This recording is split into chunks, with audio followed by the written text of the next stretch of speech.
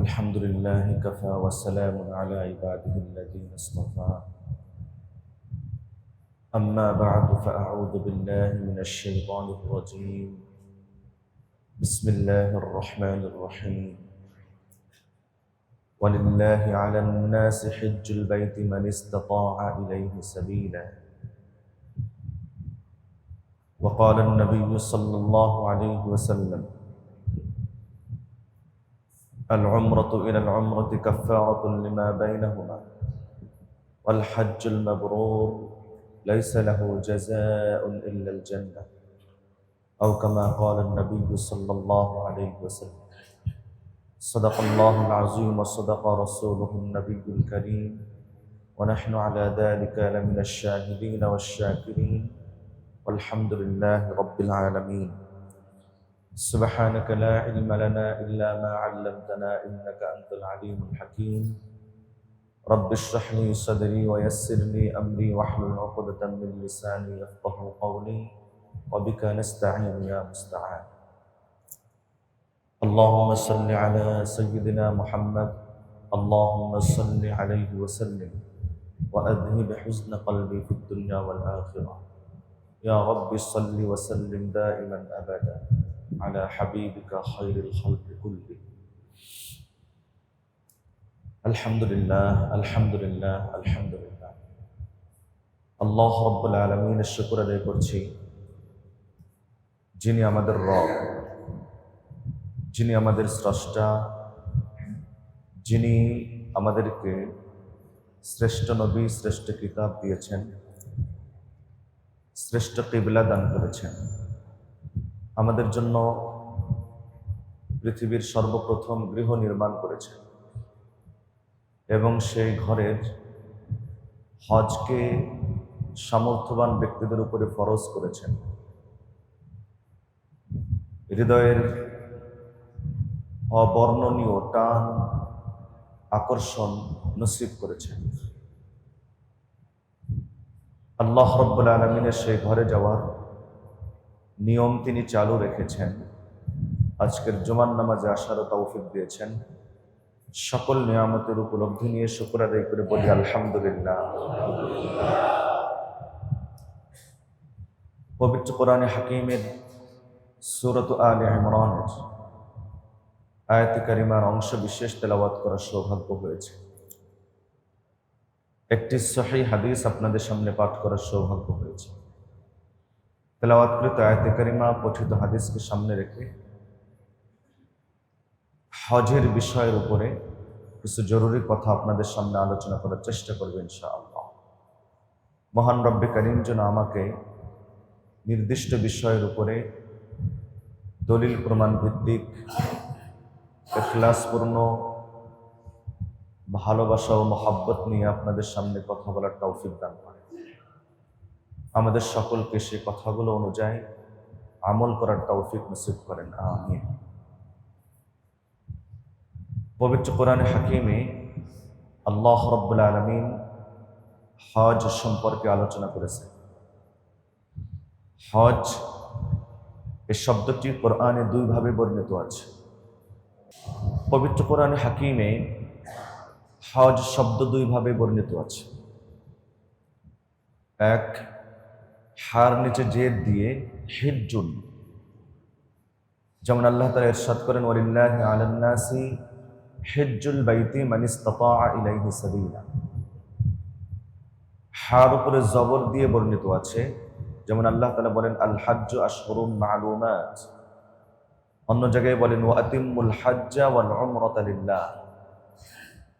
নবী আলাইহিস সালাতু ওয়াস সালাম বলেন আল হাজ্জুল মাবরুর লাইসা লাহু জাযাউন ইল্লাল জান্নাহ। অন্য হাদিসে নবীজি বলেন তাবিউ বাইনাল উমরাতি ওয়াল হজ্জ। হিজ বা হজ যেভাবেই বর্ণিত হোক না কেন, শাব্দিক অর্থ একটাই, সেটা হলো আল কসদ ওয়াল ইরাদা, ইচ্ছা পোষণ করা। ইচ্ছা পোষণ করা, এটা হলো হজের শাব্দিক অর্থ। শরীয়তের পরিভাষায় হজ বলা হয়, যেমন কিতাবুল মানাসিকুল হজের ভিতরে মোল্লা আলী কারি রহমতুল্লাহি আলাইহি উল্লেখ করেছেন হজের পারিভাষিক অর্থ হলো যে নির্দিষ্ট সময়ে নির্দিষ্ট কিছু স্থানকে নির্দিষ্ট কিছু কাজের মাধ্যমে ইচ্ছা করার নাম হলো হজ। নির্দিষ্ট সময়ে নির্দিষ্ট কিছু কাজের মাধ্যমে নির্দিষ্ট কিছু স্থানের ইচ্ছা করার নাম হলো হজ। আমরা এই কথাটিকে সহজভাবে এভাবেও উপস্থাপন করতে পারি যে 5 দিনে 6 স্থানে 9 কাজ করাকে হজ বলে। 5 দিনে 6 স্থানে 9 কাজ করাকে হজ বলে। 5 দিন দ্বারা উদ্দেশ্য হলো জিলহজ মাসের 8, 9, 10, 11 এবং 12 তারিখ, প্রয়োজনে 13 তারিখ। মূল হলো এই 8 দিন, 5 দিন। জিলহজ মাসের 8, 9, 10, 11, 12 কয়দিন হইল? 5 দিন, প্রয়োজনে 13। 6 স্থান দ্বারা উদ্দেশ্য হলো মিনা, আরাফা, মুজদালিফা, জামারা, কাবা, সাফা ও মারওয়া। কয়টি স্থান হলো? 6টি। মিনা, আরাফা, মুজদালিফা, জামারা, কাবা, সাফা ও মারওয়া, এই 6 স্থান। 5 দিনে 6 স্থানে 9 কাজ করাকে হজ বলে। 9 কাজ কি? 9 কাজের মধ্যে 3টি ফরজ, 6টি ওয়াজিব। 1 নম্বর ফরজ হলো ইহরাম করা। 2 নম্বর ফরজ হলো 9 তারিখে আরাফার ময়দানে অবস্থান করা। 3 নম্বর ফরজ হলো তওয়াফে জিয়ারত বা ফরজ তওয়াফ করা, হজের তওয়াফ। এই 3টি হলো ফরজ: ইহরাম করা, আরাফায় অবস্থান করা, আর হজের যে তওয়াফ, তওয়াফে জিয়ারত, এটা করা। 6টি ওয়াজিব: 1 নম্বর মুজদালিফায় অবস্থান করা। 2 নম্বর জামারাতে 3 দিনে পাথর নিক্ষেপ করা। 3 নম্বর কোরবানি করা। 4 নম্বর মাথা নেড়ে করা বা চুল খাটো করা। 5 নম্বর সাফা ও মারওয়ায় সাই করা। 6 নম্বর বিদায়ী তওয়াফ করা। ওয়াজিব কয়টি হলো তাহলে? 6টি। মুজদালিফায় অবস্থান করা, জামারাতে 3 দিন পাথর নিক্ষেপ করা,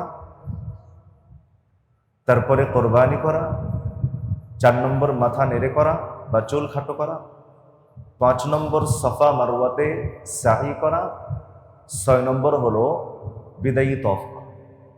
এজন্য হজ কাকে বলে আমরা সহজে উপস্থাপন করলাম। 5 দিনে 6 স্থানে 9 কাজ করাকে হজ বলে। 5 দিনে 6 স্থানে 9 কাজ করাকে হজ বলে। হজের শাব্দিক পারিভাষিক অর্থ বুঝলাম। হজ এটি একটি ফরজ ইবাদত। ইসলামের 5টি স্তম্ভের অন্যতম একটি স্তম্ভ, পঞ্চবেনার গুরুত্বপূর্ণ একটি বেনা। নবী পাক সাল্লাল্লাহু আলাইহি ওয়াসাল্লাম হাদিস শরীফে ইরশাদ করে, বুনিয়াল ইসলাম আলা খামস, ইসলামের ভিত্তি স্থাপন করা হয়েছে 5 জিনিসের উপর। শাহাদাতি আল্লা ইলাহা ইল্লাল্লাহ ওয়া আন্না মুহাম্মাদার রাসূলুল্লাহ, আল্লাহ ছাড়া অন্য কোনো ইলাহ নেই এবং মুহাম্মদ সাল্লাল্লাহু আলাইহি ওয়াসাল্লাম আল্লাহর বান্দা ও রাসূল, এই কথার সাক্ষ্য দাও, মানে ঈমান। 2 নম্বর ওয়া ইকামিস সালাহ, নামাজ কায়েম করা। 3 নম্বর ওয়া ইতাইজ যাকাত, যাকাত প্রদান করা। 4 নম্বর ওয়াল হজ্জি, হজ করা। 5 নম্বর ওয়া সাওমি রমাদান, মাহে রমজানের রোজা পালন করা। এই 5টি জিনিসের উপরে ইসলামের ভিত্তি স্থাপন করা হয়েছে। 5 স্তম্ভের যদি মাঝখানের স্তম্ভ যদি না থাকে, নবীজি তাবুর সঙ্গে তুলনা করেছে, তাহলে ওই তাবু দাঁড়ায় না, ওই তাবু আর তাবু থাকে না, মাঝখান থেকে একদম মাটির সঙ্গে মিশে যায়। তো এই 5 স্তম্ভের সবচেয়ে গুরুত্বপূর্ণ স্তম্ভ হচ্ছে ঈমান। ঈমান না থাকলে অন্য কোনোটা কাজে আসে না। তাঁবুর চারদিকে 4টা খুঁটি থাকে, রশি দিয়ে শক্ত করে বাঁধা হয়। এই 4টি আরকান অর্থাৎ নামাজ, যাকাত, হজ, রোজা, এটি হলো 4টি খুঁটির মতো। কোনো একদিকের খুঁটি যদি না থাকে অথবা দুর্বল হয়, তাঁবু দাঁড়ায়া থাকে বটে, কিন্তু সেই দিকে ত্রুটিপূর্ণ হয়। ইসলামের 5টি স্তম্ভের অন্যতম স্তম্ভ হচ্ছে হজ। রাসূল পাক সাল্লাল্লাহু আলাইহি ওয়াসাল্লাম হাদিস শরীফে বলেন, আইয়ুহান নাস, হে লোক সকল, ইন্নাল্লাহা কাতাবা আলাইকুমুল হাজ্জা, আল্লাহ তাআলা তোমাদের উপর হজকে ফরজ করেছেন। ফাহুজ্জু, অতএব তোমরা হজ করো, অতএব তোমরা হজ করো। আল্লাহ রাব্বুল আলামিন কোরআনে হাকিমে বলেন, ওয়ালিল্লাহি আলান নাসি হিজ্জুল বাইতি মান ইসতাতাআ ইলাইহি সাবিলা, যে ব্যক্তি আল্লাহর ঘর পর্যন্ত পৌঁছতে সক্ষম তার উপর আল্লাহর জন্য হজ করা অবধারিত করে দেওয়া হলো। যে ব্যক্তি বাইতুল্লাহ শরীফ পর্যন্ত পৌঁছতে সক্ষম তার উপর হজ ফরজ। এসব আয়াতে কারিমা এবং হাদিস শরীফের আলোকে হজের ফরদিয়ত বা ফরজ হওয়া প্রমাণিত হয়। হজের ইতিহাস এবং ফজিলত, হজের মধ্যে করণীয় বর্জনীয় বিষয়গুলো সম্পর্কে আলোচনা করা হয়। হজ নির্দিষ্ট কিছু স্থানে, নির্দিষ্ট কিছু সময়ে, নির্দিষ্ট কিছু পদ্ধতিতে অবস্থান করা বা সেখানে যাওয়ার নাম হলো হজ। এর মধ্যে সবচেয়ে গুরুত্বপূর্ণ যে স্থান সেটা হলো বাইতুল্লাহ বা কাবা শরীফ। কাবা শরীফকে কেন্দ্র করেই মানুষ হজ এবং ওমরার জন্য যায়। ওমরা তো পুরাটাই কাবা ঘরের সাথে সম্পৃক্ত। হজের মধ্যে কাবা ঘর ব্যতীত আরো কিছু স্থানে যাওয়া এবং অবস্থান করা এটাও হজের মধ্যে সম্পৃক্ত এবং সংযুক্ত। মুহতারাম হাজিরিন, বাইতুল্লাহ শরীফের ইতিহাস সম্পর্কে আমরা কম বেশি জানি। আল্লাহ রাব্বুল আলামিন কাবা ঘরকে সর্বপ্রথম নির্মাণ করিয়েছেন। সর্বপ্রথম কে নির্মাণ করেছেন এই ব্যাপারে ওলামায়ে কেরামের মতবিরোধ আছে। অনেকে বলেন যে এই পৃথিবীতে কাবা ঘর সর্বপ্রথম নির্মাণ করেছেন ফেরেশতাগণ। যখন এই জমিনকে সৃষ্টি করা হয়েছে, ফেরেশতাদেরকে জমিনের দায়িত্ব দিয়ে জমিনে পাঠিয়ে দেওয়া হয়েছে। যারা ছিলেন আকাশে আসমানে বাইতুল মামুরে তারা তওয়াফ করতেন, ইবাদত বন্দেগী করতেন। তো ফেরেশতাদেরকে যখন জমিনে নামিয়ে দেওয়া হয়েছে, জমিনের দায়িত্ব অর্পণ করে তারা আল্লাহ রাব্বুল আলামিনের কাছে আবেদন করেছিলেন যে আল্লাহ, বাইতুল মামুরের মতো আমাদের জন্য একটি ঘর আপনি নির্মাণ করেন। আল্লাহ তাআলা ফেরেশতাদেরকে অনুমতি দিয়েছিলেন, হুকুম দিয়েছিলেন, ফেরেশতারা সর্বপ্রথম এই কাবা ঘর নির্মাণ করেন। হযরত আদম আলাইহিস সালাম এটাকে পুনর্নির্মাণ করেন। পর্যায়ক্রমে একটা সময় এসে হযরত নূহ আলাইহিস সালামের মহাপ্লাবন যখন হয়, তখন এই কাবা ঘর আল্লাহ রাব্বুল আলামিন কুদরতিভাবে উপরে উঠায় আনেন।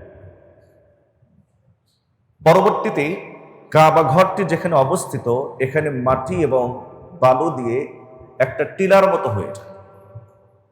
হযরত ইব্রাহিম আলাইহিস সালাম যখন তার মাতৃভূমি ইরাকের বাবেল শহর থেকে সফর করে হিজরত করে শাম দেশে যখন চলে যান, আল্লাহ রাব্বুল আলামিন তাকে তার দ্বিতীয় স্ত্রী দান করেন এবং সেই স্ত্রীর গর্ভে ইসমাঈল আলাইহিস সালামকে দুনিয়াতে প্রেরণ করেন।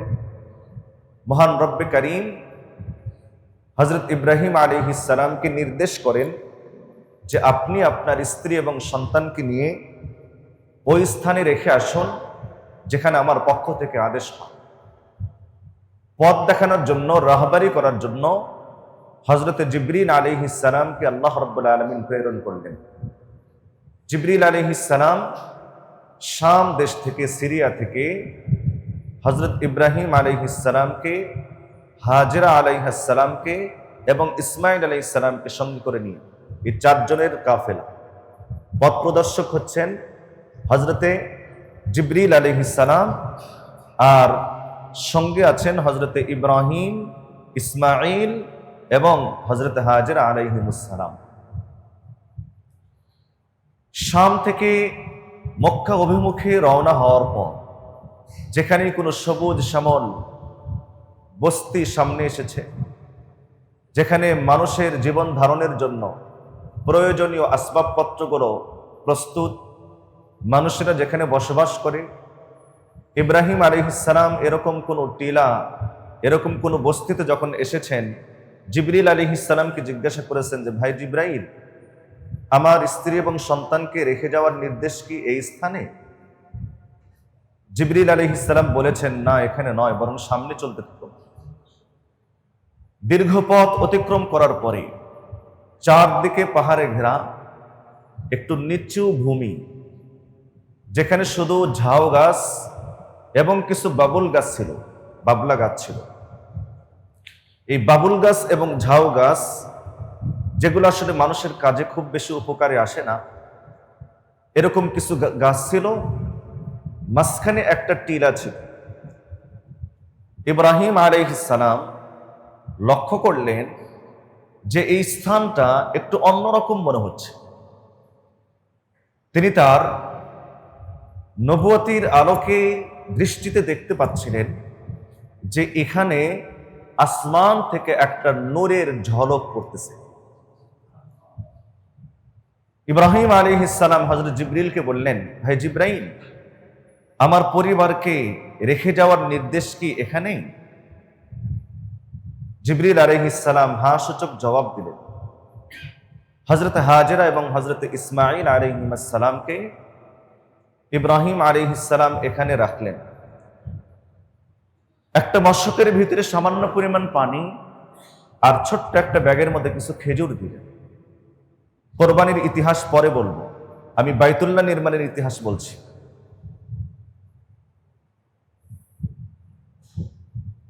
হযরত জিবরিল আলাইহিস সালাম ইব্রাহিম আলাইহিস সালামকে বললেন যে আপনার পরিবারকে এখানে রাখার নির্দেশ দেওয়া হয়েছে, কিন্তু আপনাকে থাকার অনুমতি দেওয়া হয়নি। আপনি আপনার পরিবারকে এখানে রাখবেন এবং এখান থেকে আপনি চলে যাবেন। অল্প একটু পানি আর খেজুর প্রিয়তমা স্ত্রীর হাতে আর কলিজার টুকরা একমাত্র সন্তানের জন্য রেখে গেলেন। ইব্রাহিম আলাইহিস সালাম উঠে রওনা দিছে। হাজেরা আলাইহিস সালাম পিছন পিছন যাচ্ছেন এবং বলতেছেন যে জনমানবহীন এই এলাকায়, যেখানে মানুষের জীবন ধারণের জন্য প্রয়োজনীয় কোনো কিছুই নেই, অনুর্বর জমিন, উত্তপ্ত মরুভূমি এবং পানিশূন্য এলাকা, যেখানে মানুষের জীবন ধারণের কোনো ব্যবস্থাই নেই, আপনি আমাকে এবং আপনার এই শিশু বাচ্চাকে এখানে রেখে যাচ্ছেন? আপনি থাকবেন না বা আপনি আমাদেরকে নিয়ে যাবেন না? বারবার তিনি জিজ্ঞাসা করছেন। ইব্রাহিম আলাইহিস সালাম নিশ্চুপ, কোনো উত্তর দিচ্ছেন। তিনি নির্বাক কথাগুলো শুধু শুনে যাচ্ছেন। তৃতীয়বার হযরত হাজেরা আলাইহিস সালাম বললেন, প্রাণের স্বামী, আপনি যে আমাদেরকে এখানে রেখে যাচ্ছেন, আল্লাহ রাব্বুল আলামিনের নির্দেশে বুঝি? হযরত ইব্রাহিম আলাইহিস সালাম মুখে কোনো উত্তর না দিয়ে মাথাটা ঝাঁকালেন। মাথা ঝুঁকিয়ে তিনি বুঝালেন যে হ্যাঁ, আমি আল্লাহর নির্দেশে তোমাদেরকে রেখে যাচ্ছি। হাজেরা আলাইহিস সালাম তখন কিছুটা উঁচু কণ্ঠে আবেগের সাথে তিনি বললেন, কসম আল্লাহ, যিনি আপনাকে, আপনার পরিবারকে এখানে রেখে যাওয়ার নির্দেশ দিয়েছেন, তিনি আমাদেরকে শেষ করবেন না, ধ্বংস করবেন। হযরত হাজেরা আলাইহিস সালাম এখানে দিন অতিবাহিত করতে থাকলেন। একসময় মশকের পানি শেষ হয়ে গেল, একসময় তার থলের খেজুরগুলো শেষ হয়ে গেল। নিজে পিপাসার্ত, সন্তান পিপাসার্ত। হাজেরা আলাইহিস সালাম নিজের সন্তানকে দুধ পান করাইতেন, শেষ পর্যন্ত স্তনের দুধ শুকায় গেল। সন্তান কান্না করতে করতে, ইসমাইল আলাইহিস সালাম কান্না করতে করতে গলার আওয়াজ বসাইছে, শুধু মুখের ভিতরে কান লাগাইলে কিছুটা আওয়াজ শোনা যাচ্ছে। মা ব্যাকুল হয়ে গেলেন কলিজার টুকরা সন্তানটাকে বাঁচানোর জন্য। স্তনে দুধ নেই, মশকে পানি নেই, আশেপাশে কোথাও পানির ব্যবস্থাও নেই। শেষ পর্যন্ত হযরত হাজেরা আলাইহিস সালাম নিজের জিহ্বাটা বের করে সন্তানের মুখের মধ্যে দিলেন। ইসমাইল আলাইহিস সালাম মায়ের এই জিহ্বাটুকু মুখের ভিতরে নিয়ে চুষতে থাকলেন। মায়ের জিহ্বা থেকে নির্গত লালা সন্তানের জীবন ধারণের জন্য ব্যবস্থা হলো, কিন্তু দীর্ঘস্থায়ী ব্যবস্থা হলো না। একটা সময় এসে হযরত হাজেরা আলাইহিস সালামের এই জিহ্বার লালাগুলোও শেষ হয়ে গেল। আশপাশে কোথাও পানি আছে কিনা খোঁজার জন্য তিনি সফাতে গেলেন। তাকালেন চারদিকে, কোথাও পানি নেই। চলে গেলেন তিনি মারওয়াতে, তাকালেন চারদিকে, কোথাও পানি নেই। আবার ফিরে আসলেন সাফাতে, তার চারদিকে তাকালেন, কোথাও পানি নেই। সাফা থেকে মারওয়া, মারওয়া থেকে সাফা, সাফা থেকে মারওয়া, মারওয়া থেকে সাফা, দিক বিদিক ছোটাছুটি করছেন কলিজার টুকরা সন্তানটাকে বাঁচানোর জন্য। হঠাৎ তিনি দেখতে পান হযরত হাজেরা আলাইহিস সালাম যে ইসমাইল আলাইহিস সালামের কাছে সাদা পোশাক পরিহিত একজন অপরিচিত ব্যক্তি। হাজেরা আলাইহিস সালাম দৌড়ে আসলেন সন্তানকে বাঁচানোর উদ্দেশ্যে। আগন্তুক এই লোক নিজের পরিচয় দিলেন যে আমি আপনাদের জন্য আল্লাহর পক্ষ থেকে প্রেরিত হয়েছি। বর্ণনা দুটি এসেছে, একটি হলো হযরতে জিবরিল আলাইহিস সালাম যিনি এসেছেন মানুষের আকার ধারণ করে, তিনি তার পায়ের গোড়ালি দিয়ে মরুভূমির বালুর ভিতরে আঘাত করলেন, সেখান থেকে পানির ফোয়ারা বের হল। আরেক বর্ণনায় হযরত ইসমাইল আলাইহিস সালাম কান্নারত অবস্থায় বাচ্চারা পা নাড়াচাড়া করে। ইসমাইল আলাইহিস সালাম যে পা নাড়াচ্ছিলেন তার পায়ের গোড়ালির আঘাতে মরুভূমির উত্তপ্ত বালুর ভিতরে সুপেয় মিষ্টি পানির ঝর্ণা প্রবাহিত হয়ে যায়। চারদিকে পানি ছড়িয়ে পড়ছে, গড়ায়া যাচ্ছে। হাজেরা আলাইহিস সালাম চারদিকে বালু দিয়ে বান্দা দিলেন, বান্দা, এবং পানিকে লক্ষ্য করে বলতেছিলেন থামো থামো। সেখানে এই পানির ঝর্ণা আজও পর্যন্ত আছে। মাঝখানে কিছুদিন গোত্রে গোত্রে মারামারি হওয়ার কারণে কবিলাই বনু জুরহাম এবং অন্যান্য গোত্রের ভিতরে আধিপত্য বিস্তার করাকে কেন্দ্র করে কিছুদিন এই কুয়াকে বিলুপ্ত করে দেওয়া হয়েছিল। অর্থাৎ এটার জন্য কোনো চিহ্ন না থাকে, নিশ্চিহ্ন করে দেওয়ার চেষ্টা করা হয়েছে। নবী আলাইহিস সালাতু ওয়াস সালামের দাদা আব্দুল মুত্তালিব যখন পবিত্র মক্কা মুকাররমার মুতাওয়াল্লি, নেতা, সর্দার, পানির স্বল্পতার, পানি না থাকার অভিযোগ এনেছেন নেতার কাছে জনগণ। আব্দুল মুত্তালিব চিন্তিত ছিলেন কিভাবে এই পানির ব্যবস্থা করা যায়।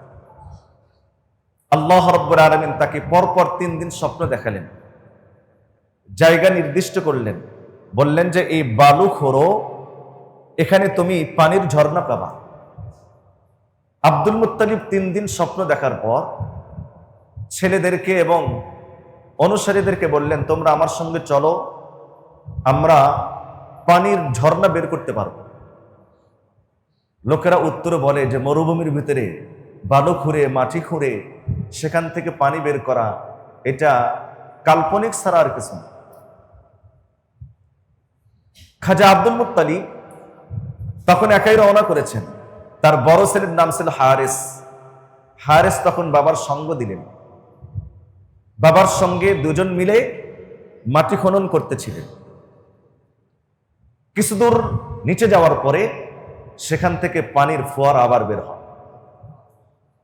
তখন খাজা আব্দুল মুত্তালিব এত কষ্ট করে পানির এই ফোয়ারা যখন পেয়েছেন, আল্লাহর কাছে মানত করেছিলেন, আল্লাহ আপনি যদি আমাকে 10টি পুত্র সন্তান দান করেন তাহলে একটা পুত্র সন্তানকে আমি আপনার জন্য কোরবানি করব। পরে আল্লাহ তাআলা এই 10 সন্তান দিয়েছিলেন, 10ম সন্তান হিসাবে আব্দুল্লাহকে দিয়েছিলেন। সেই ইতিহাস পরে যদি কখনো হয় বলা যাবে ইনশাআল্লাহ। পানির ফোয়ারা বের হলো, জমজমের এই পানি ইসমাইল আলাইহিস সালামের পায়ের আঘাতে অথবা জিবরিল আলাইহিস সালামের পায়ের গোড়ালির আঘাতে আল্লাহ রাব্বুল আলামিন এটা দান করেছিলেন। গোত্রে গোত্রে আধিপত্য বিস্তারকে কেন্দ্র করে এই কুয়াকে কিছুদিনের জন্য গুমনাম করে রাখা হয়েছিল। পরবর্তীতে আব্দুল মুত্তালিবের এবং তার ছেলে হারেসের এই মাটি খনন করে আবার উত্তোলনের মাধ্যমে যেই পানির ফোয়ারা বের হয়েছে এখনো পর্যন্ত সেটা কিন্তু আর বন্ধ হয়নি। হাজেরা আলাইহিস সালাম এখানে থাকেন, একটু আবার পিছনে যাচ্ছে, সন্তানকে নিয়ে এখানে থাকেন। জাজিরাতুল আরবে পানির স্বল্পতা সকলের কাছে জানা। পশু পাখিগুলো সেখানে অবস্থান করত যেখানে পানি থাকত। লোকেরা যখন যাতায়াত করত পানি কোথায় আছে এটা তারা তালাশ করার জন্য কয়েকটি লক্ষণ দেখত। তার মধ্যে একটা লক্ষণ হলো যে আকাশে পাখি উড়ে কিনা। যদি কোথাও আকাশে পাখি উঠতো, পাখি দেখা যেত, তাহলে তখন বোঝা যেত যে এখানে পানি আছে, এজন্য পাখিগুলো সেই পানির সন্ধানে গিয়েছে। ইয়ামান থেকে শাম পর্যন্ত মানুষ যাতায়াতের পথে তারা দেখতে পেল যে উপরে কিছু পাখি উঠতেছে। পাখির লক্ষ্যস্থলকে নির্ধারণ করে আস্তে আস্তে সেদিকে রওনা হয়েছে। দেখে সেখানে পানি আছে, জমজমের পানি। এখান থেকে মানুষ পানি নিত। পানির সুবিধার উপর কেন্দ্র করে বসতি স্থাপিত হতো। যেমন আপনারা বদর নাম শুনছেন না? বদর একটা এলাকার নাম যেখানে সর্বপ্রথম ইসলামের বড় যুদ্ধ হয়েছে। বদর কিন্তু আসলে এলাকার নাম না, বদর কিন্তু একটা কূপের নাম। কূপকে কেন্দ্র করে ওই এলাকায় বসতি স্থাপিত হয়েছিল, এজন্য ওই বসতি ওই এলাকার নামই হয়ে গেছে বদর। হুদাইবিয়া নাম শুনেছেন, যেখানে ইসলামের ঐতিহাসিক সন্ধি হয়েছিল। হুদাইবিয়াও কিন্তু কোনো জায়গার নাম না, একটা কূপের নাম। এই কূপকে কেন্দ্র করে চারপাশে বসতি স্থাপিত হয়েছিল, এজন্য ওই এলাকার নামই হয়ে গেছে হুদাইবিয়া। বর্তমান এর নাম হলো সুমাইসিয়া। এভাবে বিভিন্ন কূপ এবং পানির কেন্দ্র বিন্দুকে কেন্দ্র করে বসতি স্থাপিত হতো। জমজমের পানিকে কেন্দ্র করে আশপাশে বিভিন্ন লোকেরা এসে বসতি স্থাপন করলো। প্রকৃতপক্ষে এটা হযরত ইব্রাহিম আলাইহিস সালামের দোয়া কবুলের বহিঃপ্রকাশ ছিল। কারণ ইব্রাহিম আলাইহিস সালাম যখন নিজের এই কলিজার টুকরা ছেলে এবং প্রিয়তম স্ত্রীকে এই জনমানবহীন উত্তপ্ত এলাকায় যখন রেখে যান, তখন তিনি একটু পিছনে যাওয়ার পরে কাদা নামক এলাকায় পৌঁছে আল্লাহ রাব্বুল আলামিনের কাছে কয়েকটা দোয়া করেছিলেন। সে দোয়াগুলো কোরআনে কারীমের মধ্যে বর্ণিত হয়েছে। মহান রব্বে কারীম ইব্রাহিম আলাইহিস সালামের সেই দোয়াগুলো উল্লেখ করেছেন। খলিলুল্লাহ ইব্রাহিম আলাইহিস সালাম কি দোয়া করেছিলেন? কোরআন শরীফ বলে, রব্বানা ইন্নী আসকানতু মিন যুররিয়্যাতি বিওয়াদিন গায়রি যী যার'ইন 'ইনদা বাইতিকাল মুহাররম। হে আমাদের রব, আমি আমার পরিবারকে এমন একটা উপত্যকায় বসতি স্থাপন করালাম, গায়রি যী যার'ইন, যেখানে কোনো ফসল উৎপন্ন হয় না, অনুর্বর জমিতে আমি রেখে গেলাম। ইনদা বাইতিকাল মুহাররম, আপনার সম্মানিত ঘরের পাশে। কেন রেখে গেলাম?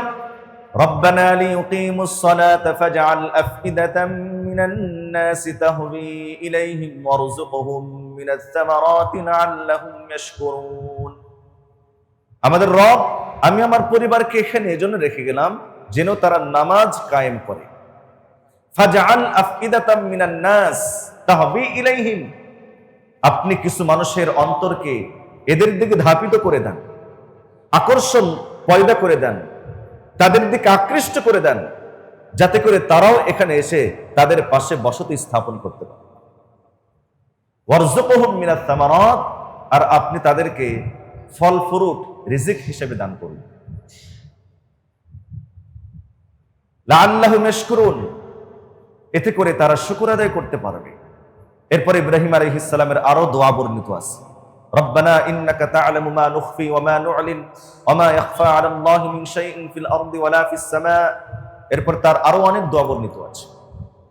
ইব্রাহিম আলাইহিস সালাম আল্লাহর কাছে দোয়া করেছিলেন, আল্লাহ, কিছু মানুষের অন্তরকে আপনি এদের দিকে অর্থাৎ আমার পরিবারের দিকে আকৃষ্ট করুন, যাতে করে তারাও এখানে বসতি স্থাপন করতে পারে।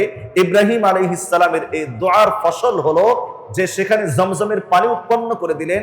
পানিকে কেন্দ্র করে দূর দূরান্তের মানুষগুলো এসে এখানে বসতি স্থাপন করবে। আস্তে আস্তে বস্তি, বস্তি থেকে গ্রাম, গ্রাম থেকে শহর, এখন পৃথিবীর সর্বোৎকৃষ্ট মানের, সবচেয়ে উন্নত মানের এবং সবচেয়ে রহমত এবং বরকতের শহর হলো মক্কাতুল মুকাররমা। সবচেয়ে রহমত এবং বরকতের, আল্লাহ রাব্বুল আলামিন তো পবিত্র মক্কাকে উম্মুল কুরা বলেছেন, উম্মুল কুরা। ওয়া কাযালিকা আওহাইনা ইলাইকা কুরআনান আরাবিয়্যা, আমি আপনার কাছে আরবি কোরআন নাজিল করেছি। কেন? লিতুনযিরা উম্মাল কুরা ওয়া মান হাওলাহা, যাতে করে আপনি উম্মুল কুরার অধিবাসী আর চারপাশের লোকদেরকে যেন আপনি সতর্ক করতে পারেন। উম্মুল মানে মূল, মা, জর, কেন্দ্র। কুরা কর্রতুনের বহুবচন, করিয়াতুন মানে গ্রাম। পৃথিবীর সকল গ্রাম, সকল শহর, সবকিছুর মূল কেন্দ্র হচ্ছে পবিত্র মক্কাতুল মুকাররমা। এজন্য সারা পৃথিবীর একদম মধ্যম স্তরে যেন মধ্যাকর্ষণ স্বরূপ, যেন মধ্যাকর্ষণ স্বরূপ আল্লাহ তাআলা পবিত্র মক্কা আর মক্কায় অবস্থিত পবিত্র বাইতুল্লাহকে নির্মাণ করেছেন। এজন্য কোরআনে হাকিম আল্লাহ তাআলা বলেন, ইন্না আউওয়ালা বাইতিন ওয়ুদিআ লিন-নাস, নিশ্চয় প্রথম ঘর, ওয়ুদিআ লিন-নাস, যা প্রস্তুত করা হয়েছে মানুষের জন্য। সেটা কোথায়? কোনটা? লাল্লাযী বিবাক্কা, যেটা বাক্কায় অবস্থিত। কোথায় অবস্থিত? বাক্কায় অবস্থিত। মক্কা মুকাররমার অনেকগুলো নাম আছে, আমাদের কাছে প্রসিদ্ধ নাম হলো মক্কা, আল মক্কাতুল মুকাররমা বা মক্কা শরীফ। এর আরেকটি নাম হলো বাক্কা। যেমন এই কোরআন শরীফের আয়াতে কারিমার ভিতরে বাক্কা বলা হয়েছে, লাল্লাযী বি বাক্কা, যেটা বাক্কায় অবস্থিত। এর আরেকটি নাম হলো করিয়াতুন আযীমা। মক্কা মুকাররমার আরেকটি নাম হলো উম্মুল কুরা। মক্কা মুকাররমার আরেকটি নাম হলো আল হারাম। অনেকগুলো নাম আছে। আল্লাহ তাআলা বলেন, সর্বপ্রথম ঘর যা তৈরি করা হয়েছে মানুষের জন্য, লাল্লাযী বিবাক্কা, তা হলো ওই ঘর যা বাক্কায় অবস্থিত, অর্থাৎ মক্কা মুকাররমায় অবস্থিত। এই ঘরের বৈশিষ্ট্য হলো এটা পৃথিবীর প্রথম ঘর। এর আগে কোনো ঘর তৈরি করা হয়নি। আমি আলোচনাটা যখনই করি তখন এই কথাটাও বলি যে পৃথিবীতে সর্বপ্রথম যে গৃহ নির্মাণ করা হয়েছে সেটা কি থাকার ঘর? কোনো হোটেল, মোটেল, রেস্টুরেন্ট, বসতি ঘর? পৃথিবীতে সর্বপ্রথম যে ঘর নির্মাণ করা হয়েছে সেটা হলো ইবাদতের ঘর। মুসলমান ভাইয়েরা আমার মনে রাখবেন, পৃথিবীতে সর্বপ্রথম যে ঘর নির্মাণ করা হয়েছে সেটা হলো ইবাদতের ঘর। মানুষের বসবাসের ঘরের চেয়েও ইবাদতের ঘরের বেশি প্রয়োজন। হোটেল থেকে, রেস্টুরেন্ট থেকে, মোটেল থেকে, অন্যান্য বড় বড় বিল্ডিং, প্রাসাদ থেকে সবচেয়ে বেশি প্রয়োজন হলো, বড় প্রয়োজন হলো ইবাদতের ঘর নির্মাণ করা। ইবাদতের ঘর নির্মাণ করা। আল্লাহ রাব্বুল আলামিন সর্বপ্রথম গৃহ নির্মাণ করিয়েছেন, তো ইবাদতের গৃহ নির্মাণ করিয়েছেন। এজন্য উলামায়ে কিরাম লিখেছেন, যেখানেই কিছু মুসলমানের অবস্থান হবে, বসতি স্থাপিত হবে, সেখানেই তাদের ইবাদতের জন্য মসজিদ নির্মাণ করাটা জরুরি। মসজিদটা কেমন হবে? আমি এই কথা বলবো না যে মসজিদকে সজ্জিত করুন, ঈর্ষণীয় করে বিল্ডিং বানান, অত্যাধিক আকর্ষণীয় করে কারুকার্য খচিত করুন, এটা আমি বলবো না।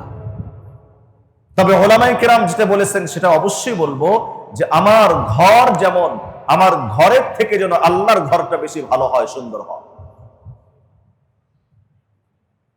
মুহতারাম হাজিরিন, আমি আমার নিজের ঘরের জন্য হাজার না, লাখ না, কোটি টাকাও খরচ করতে পারি, অথচ মসজিদে 10 টাকা দিতে কষ্ট হয়। ঠিক না, ঠিক না বলেন? আমি আমার দোকানের জন্য, ব্যবসা প্রতিষ্ঠানের জন্য কোটি টাকা ইনভেস্ট করতে পারি, কিন্তু মসজিদে 100 টাকা দিতে কষ্ট হয়।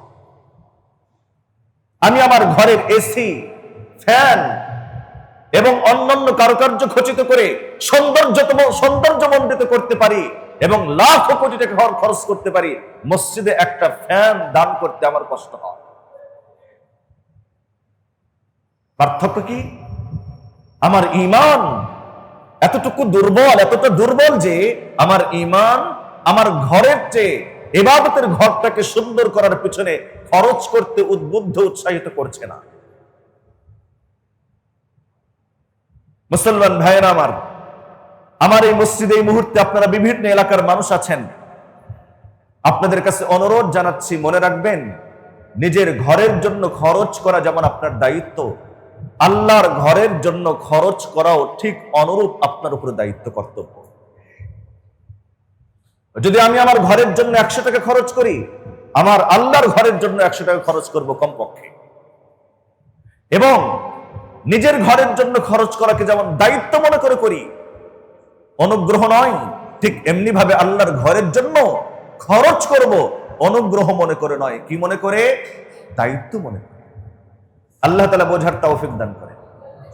এই ঘর যা পৃথিবীতে সর্বপ্রথম নির্মিত হয়েছে, মক্কা মুকাররমায় অবস্থিত, মুবারাকান, এটা বরকতময়, ওয়াহুদাল লিল আলামিন, পৃথিবীর মানুষের জন্য এটা পথ প্রদর্শক, ফীহি আয়াতুন বাইয়িনাত, এই ঘরকে কেন্দ্র করে চারপাশে আল্লাহ তাআলার খোলা খোলা নিদর্শন রয়েছে, স্পষ্ট নিদর্শনগুলো রয়েছে।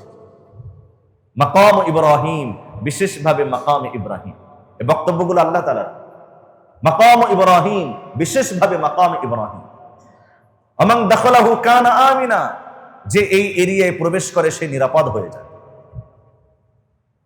আল্লাহর এই ঘরের বৈশিষ্ট্য, পৃথিবীর প্রথম গৃহ, এটা মোবারক, বরকতময়, সকল মানুষের জন্য এটা পথ প্রদর্শক। এখানে খোলা স্পষ্ট নিদর্শনাবলী রয়েছে। কি নিদর্শন? মাকামে ইব্রাহিম তার একটা বিশেষ নিদর্শন। ইব্রাহিম আলাইহিস সালামের পায়ের চিহ্ন বিশিষ্ট পাথর আজও পর্যন্ত পবিত্র কাবা ঘরের কাছেই রেখে দেওয়া হয়েছে। আচ্ছা বলুন, পাথর একটা শক্ত পদার্থ, মানুষ এই পাথরের উপরে 2, 4, 5, 10 দিন, 1 মাস পর্যন্ত যদি এখানে দাঁড়ায় থাকে, পায়ের চিহ্ন কি নিতে পারবে পাথর? ইব্রাহিম আলাইহিস সালামের পায়ের চিহ্ন এখনো পর্যন্ত আছে। কেন? এটা কিভাবে সম্ভব? রহস্য কি? কারণ কি? এটা একটু আপনাদেরকে গ্রহণ করা উচিত।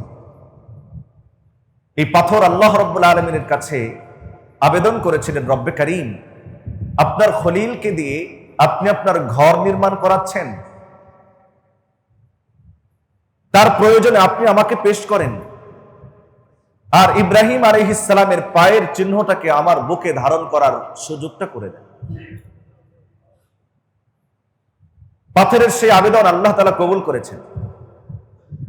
সারা পৃথিবীর সব মানুষের সামনে এই কথাটা পরিষ্কার করার জন্য হয়তোবা, হে দুনিয়ার মুসলমানেরা, শোনো, তোমরা দেখো, আল্লাহর ঘর নির্মাণ করার কাজে পাথর সহযোগিতা করেছিল তোমাদের ইবাদতের জন্য। তাহলে তোমরা তোমাদের ইবাদতের জন্য যে ঘর নির্মাণ করবা, পাথর থেকে শিক্ষা গ্রহণ করো, আল্লাহর ঘর নির্মাণের কাজে তোমরা প্রতিযোগিতা করে আগে বাড়ো, প্রতিযোগিতা করে আগে বাড়ো। 2 নম্বর, এটাও রহস্য, এটাও কোনো হিকমত হতে পারে। পাথর ইব্রাহিম আলাইহিস সালামের পায়ের চিহ্ন বুকে ধারণ করেছেন, পৃথিবীর সব মানুষের কাছে সম্মানিত হয়েছে এই পাথরটা। একটি জড় পদার্থ যে বলতে পারে না, চলতে পারে না, দেখতে পারে না, শুনতে পারে না, আমাদের দৃষ্টিতে একটি জড় পদার্থ খলিলুল্লাহ আল্লাহর একজন পয়গম্বরের পায়ের চিহ্ন বুকে ধারণ করে যদি দামি হয়, তাহলে সেখানে আশরাফুল মাখলুকাত মানুষ, যার জন্য কুল কায়াতকে বানানো হয়েছে, এই মানুষ যদি আপন আপন নবীর সুন্নত এবং সিরাত যদি নিজের জীবনে বাস্তবায়ন করে, এই লোকটার দাম আল্লাহর কাছে এত বাড়বে যে তার জন্যই জান্নাত বানানো হয়েছে। বোঝেননি মুসলমান ভাইরা আমার? জড় পদার্থ একজন নবীর পায়ের চিহ্ন বুকে ধারণ করে যদি এত দামি হয়, তাহলে আপনি এবং আমি শ্রেষ্ঠ নবীর শ্রেষ্ঠ উম্মত হয়ে যদি আমি আমার নবীর সুন্নাহ যদি মাথার থেকে নিয়ে পা পর্যন্ত পুরা 3.5 হাত বডিতে এবং আমার সাংসারিক জীবনে, দাম্পত্য জীবনে, সামাজিক জীবনে, রাষ্ট্রীয় জীবনে, পারিবারিক জীবনে, তারপরে মতাদর্শের জীবনে আমি যদি সব জায়গায় আমার নবীর সুন্নাহকে যদি ধারণ করি, তাহলে পাথর যেমন ইব্রাহিম আলাইহিস সালামের পায়ের চিহ্ন ধারণ করে দামি হয়েছে, আপনি আপনার নবীর সুন্নাহকে ধারণ করার মাধ্যমে দুনিয়াতেও দামি হবেন, আখিরাতেও চূড়ান্ত সম্মানের চেয়ারটা আপনার জন্যই। মাকাম ইব্রাহিম, বিশেষ একটা নিদর্শন হলো মাকাম ইব্রাহিম। আমার প্রিয় বন্ধুগণ, হজের সবচেয়ে গুরুত্বপূর্ণ যে স্থান, সেটা হলো বাইতুল্লাহ, কাবাতুল্লাহ। আল্লাহ রাব্বুল আলামিন এই গৃহ নির্মাণের ইতিহাস সম্পর্কে আলোচনা করেছেন, যার কিছুটা অংশ আপনাদের সামনে তুলে ধরলাম। ইব্রাহিম আলাইহিস সালামের মাধ্যমে মহান আল্লাহ রাব্বুল আলামিন পুনর্নির্মাণ করেছেন। তিনি একদিন শাম থেকে আসতেছিলেন আল্লাহর নির্দেশে। মক্কা মুকাররমে এসে দেখেন ইসমাইল আলাইহিস সালাম তখন মোটামুটি বড় হয়েছে। হযরত ইসমাইল আলাইহিস সালাম তীর বানাইতেছেন। তীর কি বানাচ্ছেন? তীর বানাচ্ছেন। ইব্রাহিম আলাইহিস সালাম এসে ছেলেকে দেখেন ছেলে তীর বানাচ্ছে। প্রসঙ্গক্রমে একটু বলে রাখি, তীর দিয়ে মানুষ কি করে? কি করে? তীর দিয়ে মানুষ শিকার করে, শত্রু থেকে আত্মরক্ষা করে, শত্রুদের বিরুদ্ধে যুদ্ধ করে, ঠিক না? তার মানে নিজেদের জীবিকা, অর্থ উপার্জন হালাল পদ্ধতিতে, এটা একটা ফরজ ইবাদত, মনে রাখবেন। 2 নম্বর, শত্রু থেকে আত্মরক্ষার জন্য প্রয়োজনীয় অস্ত্র ব্যবহার করার অনুমতি আছে। নিজেদের অস্তিত্ব রক্ষায়, মানচিত্র রক্ষায় শত্রুর উপরে ঝাঁপিয়ে পড়ার নির্দেশও আছে। কথা বলেন ঠিক না? ইব্রাহিম আলাইহিস সালাম এসে দেখেন যে ইসমাইল আলাইহিস সালাম তীর বানাইতেছে।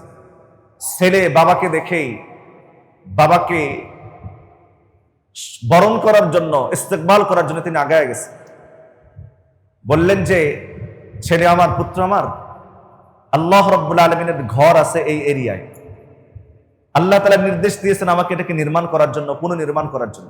তুমি আমার সঙ্গে সহযোগিতা করবা? বলে হ্যাঁ, অবশ্যই করব। পিতা এবং পুত্র দুইজন মিলে ওই যে উঁচা টিলা ছিল, সেই টিলার মাটিগুলো, বালুগুলো সরালেন। একটা পর্যায়ে গিয়া ইব্রাহিম আলাইহিস সালাম পবিত্র কাবার মূল যে ফাউন্ডেশন, সেই ফাউন্ডেশন তিনি পেয়ে গেলেন। বালু সরানোর সাথে সাথে সেখান থেকে বাইতুল্লাহ শরীফের ফাউন্ডেশনটা, বেনাটা চকচক করে ভেসে উঠেছে। ইব্রাহিম আলাইহিস সালাম পাথর সংগ্রহ করলেন, বাইতুল্লাহ নির্মাণ করলেন। লম্বা ইতিহাস। শেষ পর্যন্ত কাবা ঘর নির্মাণ করে আল্লাহ রাব্বুল আলামিনের নির্দেশে তিনি মানুষদেরকে জানায় দিলেন। আল্লাহ তাআলা হুকুম করলেন, আদ্দিন ফিন নাস, আপনি মানুষের মধ্যে ঘোষণা দেন। কিসের? বিল হাজ্জি, হজের ঘোষণা দেন, হজের এলান করেন।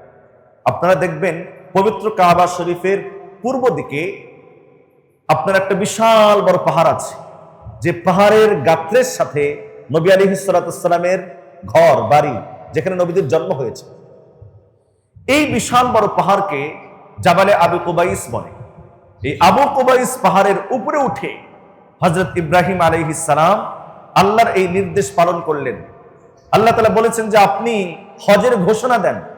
ইব্রাহিম আলাইহিস সালাম একবার পশ্চিম দিকে, আবার পূর্ব দিকে, আবার উত্তর দিকে, আবার দক্ষিণ দিকে, 4 দিকে ফিরে 4 বার ঘোষণা করলেন, হে লোক সকল, তোমাদের জন্য তোমাদের রব ঘর নির্মাণ করেছেন, আর এই ঘরের জিয়ারতকে, ঘরের হজকে তোমাদের জন্য অবধারিত করে দিয়েছেন। কেউ ছিল না তখন, আল্লাহ তাআলা সকলের কানে কানে পৌঁছে দিয়েছেন। যারা লাব্বাইক বলেছেন তাদেরই সৌভাগ্য হয় ইহরামের কাপড় পরিধান করে লাব্বাইক আল্লাহুম্মা লাব্বাইক তালবিয়া পাঠ করার সৌভাগ্য তাদেরই হয়ে থাকে। এই ঘরকে কেন্দ্র করেই হজের মূল আনুষ্ঠানিকতা, মূল কাজ কিভাবে করব, আল্লাহ তাআলা তৌফিক দিলে আগামী সপ্তাহে বলতে হবে, কারণ আজকে আর সময় নেই। মহান রব্বে কারীম যেন আমাদেরকে হজের প্রকৃত মর্ম, বাইতুল্লাহর প্রকৃত ভালোবাসা, আল্লাহর প্রকৃত প্রেম, হজের প্রকৃত শিক্ষা আমাদের জীবনে বাস্তবায়ন করার তৌফিক দান করেন, আমিন। ওয়া আখিরু দাওয়ানা আনিল হামদুলিল্লাহি রাব্বিল আলামিন। যারা সুন্নাত পড়ি নাই শুধু 4 রাকাত সুন্নাত